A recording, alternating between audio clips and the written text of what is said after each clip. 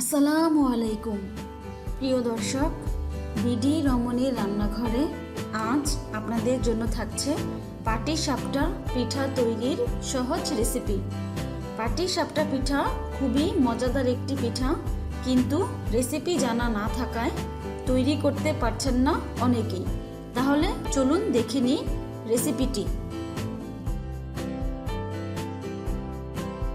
চালের গুঁড়া 1 কাপ, ময়দা হাফ কাপ, সুজি 1/4 কাপ অর্থাৎ 1 কাপের 4 ভাগের 1 ভাগ, লবণ পরিমাণ মতো, গুড় খেজুরের গুড় একটা আস্ত গুড়ের 4 ভাগের 1 ভাগ,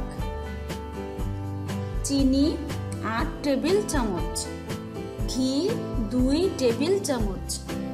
প্রথমে আমি বড় একটি বাটিতে চালের গুঁড়াটা ঢেলে নিয়েছি। এবারে ময়দাটা ঢেলে নিব। এখন একটি বিটার দিয়ে দুটি উপকরণকে খুব ভালোভাবে মিক্সড করব। হয়ে গেছে। এবারে আমি সুজিটা দিয়ে দিলাম। আবারও খুব ভালোভাবে মিক্সড করতে হবে।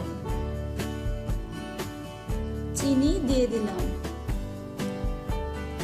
আবারও ভালোভাবে মেখে নিব।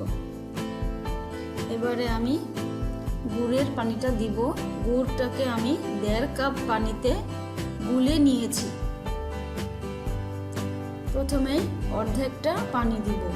পানিটা দিতে হবে পরিমাণ মতো, ব্যাটারটা যাতে একেবারে খুব ঘন বা খুব পাতলা না হয়, এই রকম ভালোভাবে বিট করতে হবে যাতে কোনো দানা না থাকে। শুকিয়ে গেছে পানি, আরও পানি লাগবে, দিয়ে দিলাম পানি। 1.5 কাপ পানি দেওয়ার পর যদি পানি লাগে তাহলে আপনি পানি দিতে পারবেন।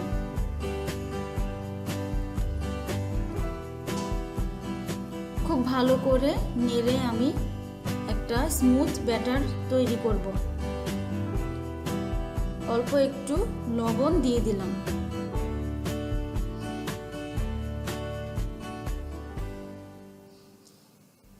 আবারও ঘন ঘন নাড়তে থাকতে হবে।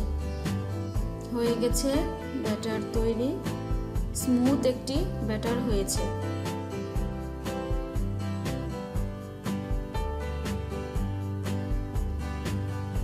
এখন আমি ঘিটা দিয়ে দিচ্ছি।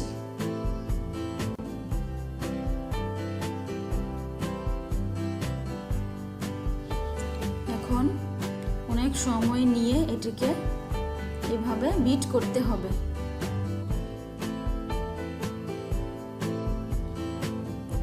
হয়ে গেছে ব্যাটার তৈরি। ব্যাটার তৈরি হয়ে গেলে 1 ঘন্টা রেখে দিতে হবে।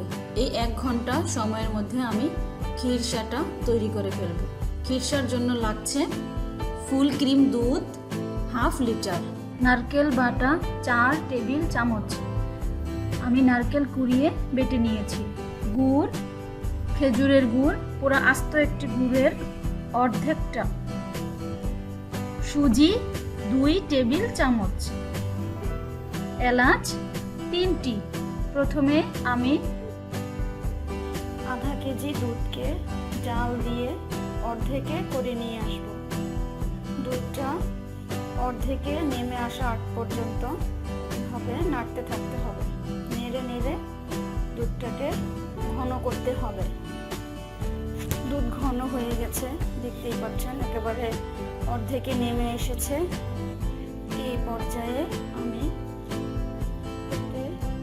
3টি এলাচ দিয়ে দিলাম এবং বড় একটি তেজপাতা মাঝখান থেকে 2 ভাগ করে দিয়ে দিব।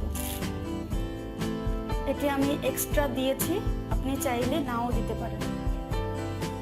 এবারে সুজিটুকু ঢেলে দিব। ঘন ঘন নাড়তে থাকতে হবে। চুলার জালটা মাঝারি আঁচে রাখতে হবে।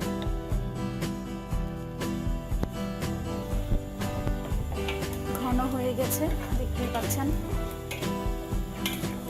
এই পর্যায়ে আমি নারকেল বাটা দিয়ে দিচ্ছি।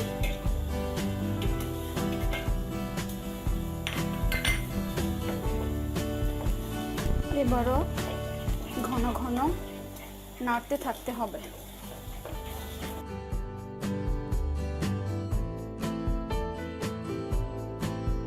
চাইলে অল্প একটু লবণ দিয়ে দিতে পারেন, একেবারে কম, খুবই কম, 1 চিমটিরও কম।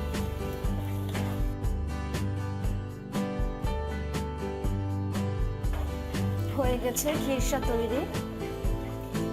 আমি গুড়টা দিব এই চুলাটা বন্ধ করার 5 মিনিট পর, কেননা চুলায় থাকা অবস্থায় গুড় দিলে তখন খিরসাটা ছানা ছানা হয়ে যায়, পানি ছেড়ে দেয়, সেটা দেখতে ভালো লাগে না। চুলা বন্ধ করে দিচ্ছি, ফিরে আসছি 5 মিনিট পর। 5 মিনিট হয়ে গেছে। এখন আমি গুড় দিয়ে দিব। গুড়টাকে আমি অল্প পানি দিয়ে চুলায় জাল দিয়ে নিয়েছি।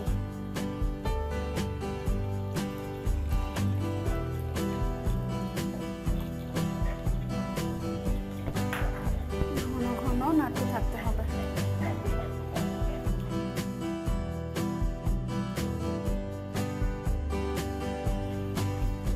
হয়ে গেছে খিরসা তৈরি। ঘনটা ঠিক আছে।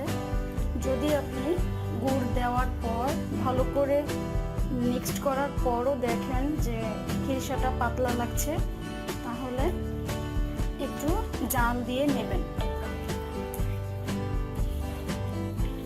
হয়ে গেছে খিরসা তৈরি। এখন এটাকে এভাবে নেড়ে নেড়ে ঠান্ডা করতে হবে।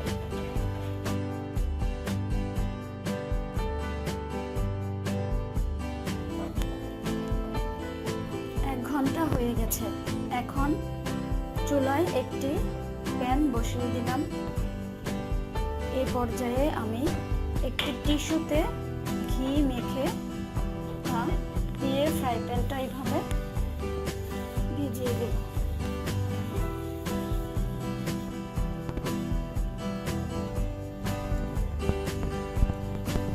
এইবারে আমি এইরকম গোল একটি চামচ দিয়ে 1 চামচ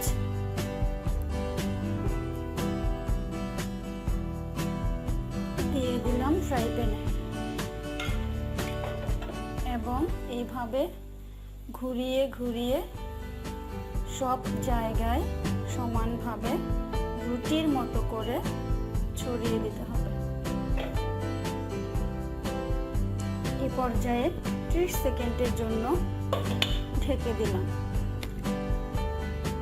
চুলার জালটা অবশ্যই কম আঁচে রাখতে হবে। হয়ে গেছে 30 সেকেন্ড।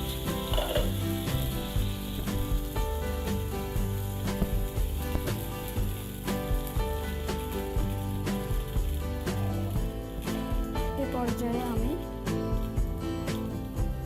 সরিষাটা এইভাবে সাইডে দিয়ে দেব।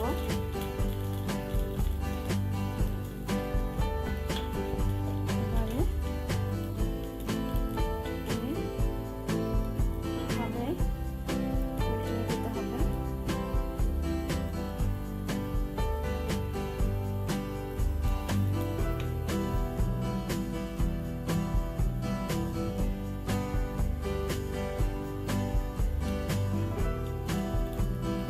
সুন্দর হয়েছে, দেখেন খুব সুন্দর একটা কালার এসেছে। এই পিঠাটা আপনি ফ্রিজে রেখে অনেক দিন খেতে পারবেন। তাছাড়া এটা সবসময় তুলতুলে নরম থাকবে, কখনোই শক্ত হয়ে যাবে না। ঠিক একইভাবে সবগুলো পিঠা বানিয়ে ফেলতে হবে। তৈরি হয়ে গেল দারুণ সুস্বাদু গুড়ের পাটিসাপটা পিঠা। তো আপনারা ট্রাই করবেন পাটিসাপটা পিঠা, খুবই মজাদার একটি পিঠা। আপনাদের পিঠা কেমন হয় আমাকে অবশ্যই জানাবেন। যদি কোনো প্রশ্ন থাকে তাহলে অবশ্যই প্রশ্ন করবেন। আর এইরকম সুন্দর সুন্দর সহজ সহজ রেসিপি পেতে অবশ্যই সাবস্ক্রাইব করবেন। সবাই ভালো থাকবেন, ধন্যবাদ।